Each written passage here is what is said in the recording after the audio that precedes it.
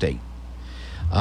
For example, in New Mexico, Linda, I wouldn't be surprised if we start getting state money advertising, abortion vacations in New Mexico. I know it's a horrible thing to say, but it's, Well, everything I've read, and of course there's stuff that's gone on Facebook, it's men that are deciding what women should do with their bodies. Well, hello.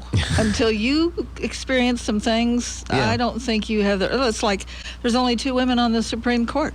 The rest of them are men making these decisions. Yeah. Whether you believe in it, whether I believe in abortion, the right to abortion, or not believe in the right to abortion, that is for my own body and opinion. Sure. I can't tell somebody else what to do. That's right. If I was going to make laws right now, I would say, to simplify this in 10 words, well, not 10 words, but not how they, have 500 or 1,000 pages of miscellaneous crap in there. If you can't make up your mind by 3 months, you're carrying it, because you're not going to wait till 8 or 9 months when that child will survive and make people in the emergency room watch that baby die. I think over time, that's the opinion of probably the majority of the folks in the country. Right. I think. Obviously, there are folks that are against abortion at any stage. Sure.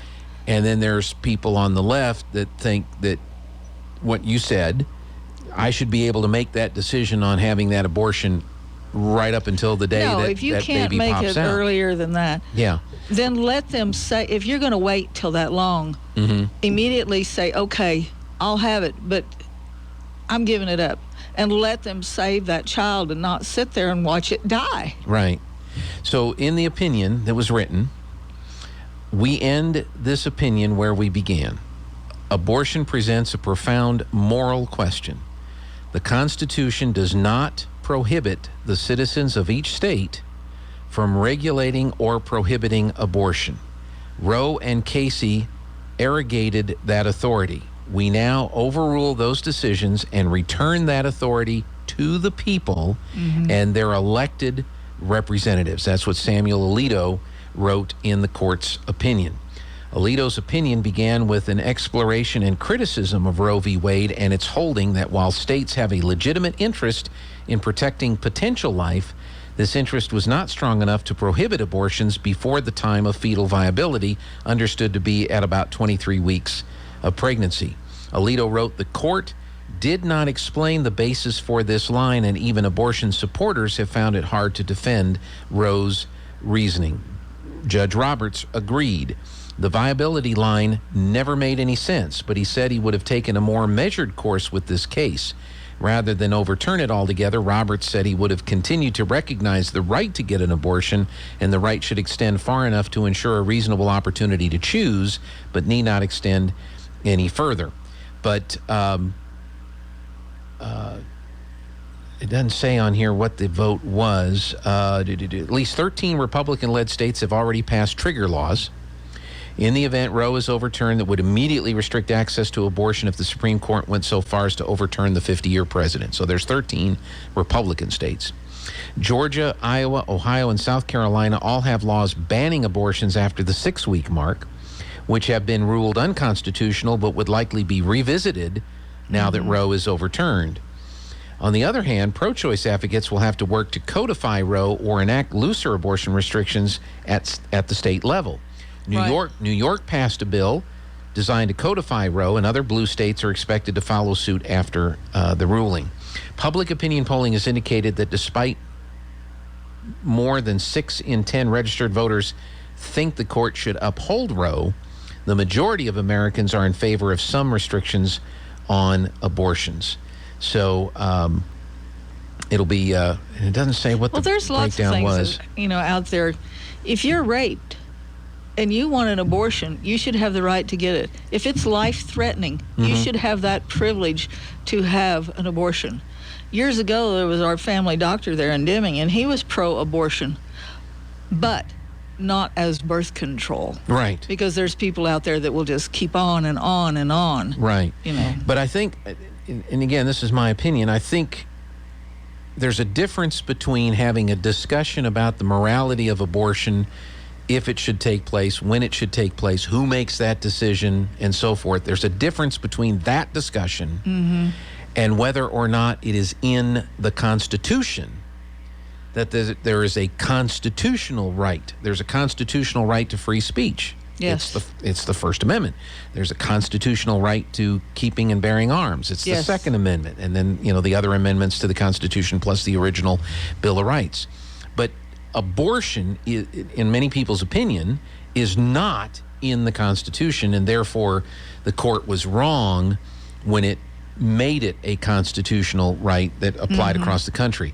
So now that that's gone, now we're going to have the moral discussion and the issues that you're talking about. Right. Are we going to limit it? If we are going to limit it, what limits are we going to put on it? What considerations are we going to make when setting these limits and so forth? And it's going to be done on a state-by-state basis. And what it means is if you live in a state that has very tough restrictions on abortions, then you're going to have to go to another state where it's not as restrictive and not as limited in other states. So I think that's where you have, in my opinion, where you have to kind of separate it. There's the constitutional question, which is what the court ruled on today, and then there's the moral debate. Yeah. And now that the court has stepped aside and said, okay, this was a mistake, it should be handled at the state level by the people's elected representatives within those states. Now that that has been cleared, now we can have those debates and those discussions, like and you bring up the points that you brought up. Yeah. That all needs to be a part of the discussion now, and each individual state is going to have those debates and discussions and do that. The only other way to then codify it on a federal level would be to have Congress pass and the president sign a constitutional amendment, which would then put in the Constitution this right, federal right to an abortion.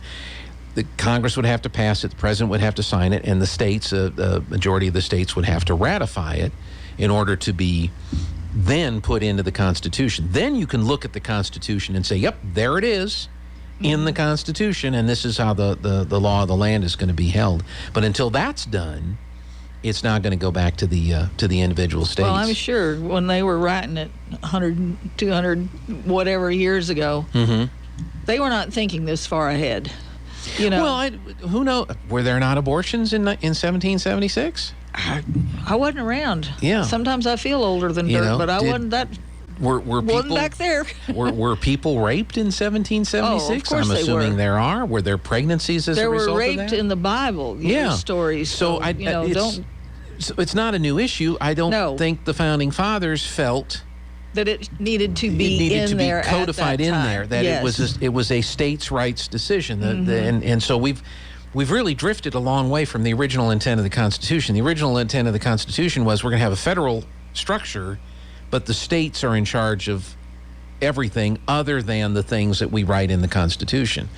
And there's a few things that we codify in our Constitution so that states don't, get overboard with their regulations. Right. And that's where the abortion proponents were saying, well, it needs to be ruled on by the court because we're going to have states that are going to outlaw it completely. And that's why people felt that the Roe v. Wade was an incorrect interpretation of the Constitution and decision. So now we're back to 50 years later, it's not in the Constitution. If you want it in the Constitution, pass an amendment to the Constitution, then it will be in the Constitution. Yeah. But until that happens, you got to go to your legislators, you got to go to your governors, and you got to say, look, this is what we want the abortion rights to be in our state. And that's where the debate's going to take place. So now it's going to take place in state legislators. It's going to take place, it's going to be an issue on state elections. I wouldn't be surprised if during the governor's race between Ron Keddy and Lujan, if a question comes up in the debates. Yeah. You're the governor now. You want to be the governor now. Now that the Supreme Court has overturned Roe v. Wade, what do you think New Mexico's abortion laws should be? And I think that's an important question to ask, and I think the candidates need to ask that question so that people can then make up. That might be the most important issue for some people. Yeah, I mean, it has been in national elections for a long time now, but that may be the most important issue for some people.